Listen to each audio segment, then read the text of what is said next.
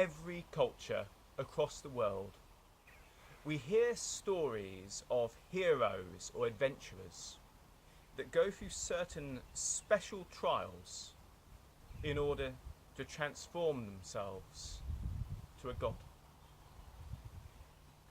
Likewise, if you've ever read on alchemy, you'll discover that in this process, a base metal has certain treatments applied to it scientifically, whether it be a chemical, light, whether it's heated to a certain temperature for a certain amount of time, or cooled, or stored away from the world in darkness.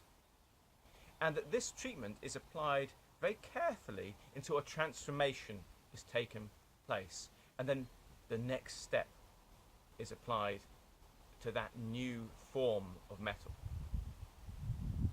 In ancient rites and rituals, there are certain gates that someone needs to go through in order to access the higher realms.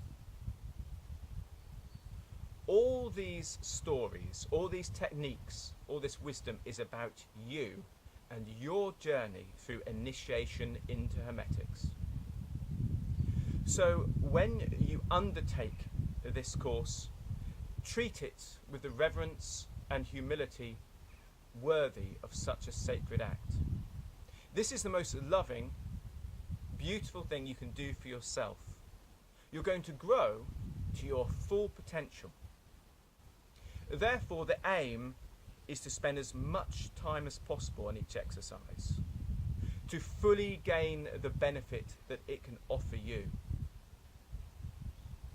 As we know from ancient tales, any hero who skips a step or tries to get round a quest ends up doing a lot more.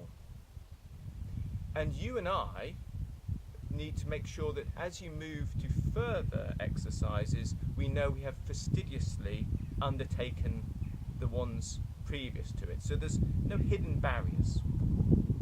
Just like the alchemist in the laboratory, you need to apply the treatment until we see the transformation.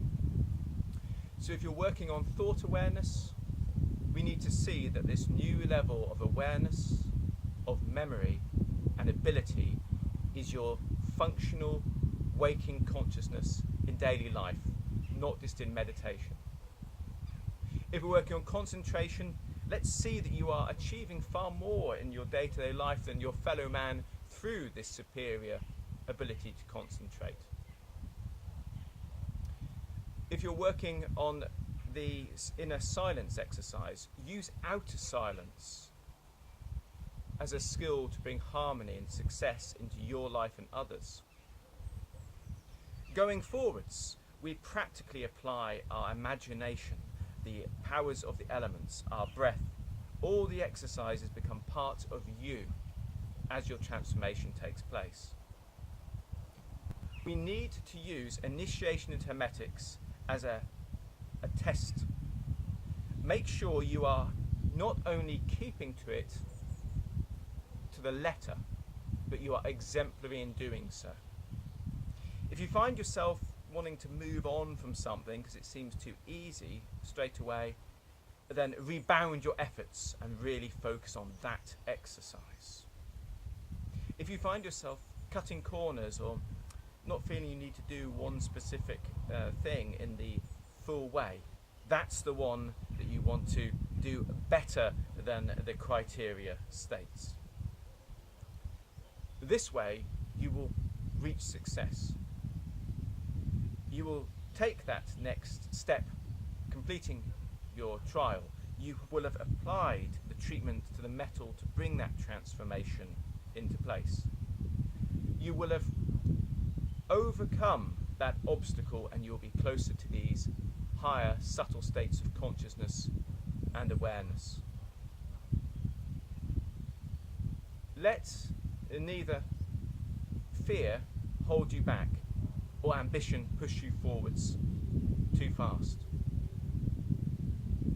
If you find an exercise particularly hard, try it for a very small period of time, even 30 seconds to begin with, and then a minute, and then work up. And when you are lucky enough to find an exercise which is very tricky for you, you've found something very special.